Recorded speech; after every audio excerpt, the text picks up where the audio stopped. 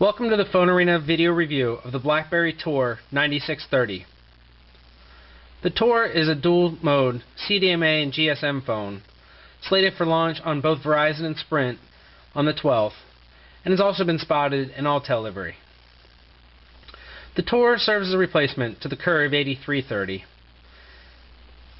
Some of the new features include a different redesigned keyboard, similar to what we've seen from the Bold. The styling is very reminiscent of the Storm and the Curve 8900. You have the dark chrome trim around the sides, and the top of the device, the housing wraps around. You have two flush buttons here. On the right, the mute, and on the left, the lock. To the right, you'll find a 3.5mm headphone jack, volume rocker, convenience key, and micro USB port. On the left, you simply find this single speaker and the other convenience key. The size and feel of the Tor is very good. It's a little bit wider than the Curve 8900, which we prefer, but still feels fairly excellent in the hand. The keyboard is amazing. It's the best we've used yet on a BlackBerry, which means it's the best we've ever used. It's very soft, yet still responsive.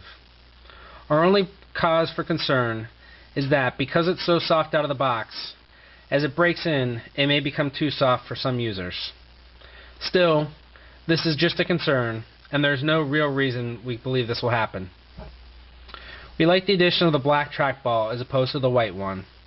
While purely aesthetics, it definitely fits with the phone.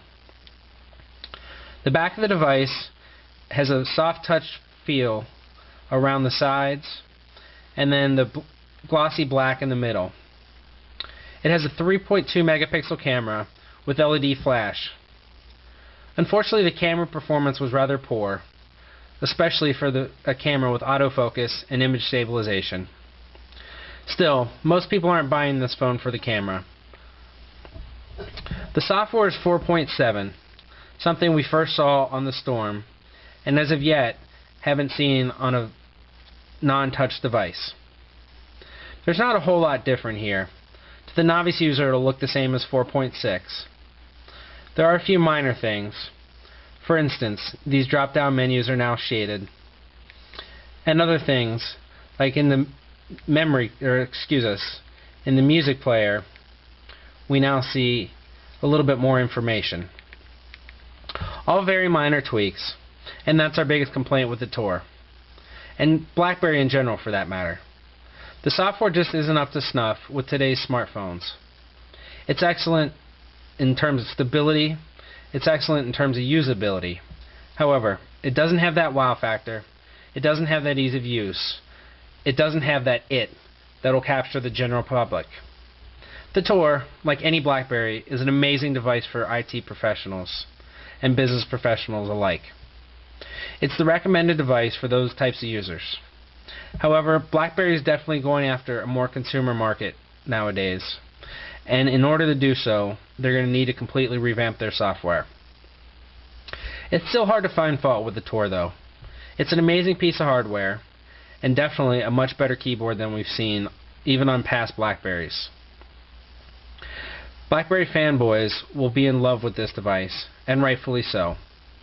Everything from the HVGA screen to the updated keyboard to the new design screams class and elegance. It's a very compelling product.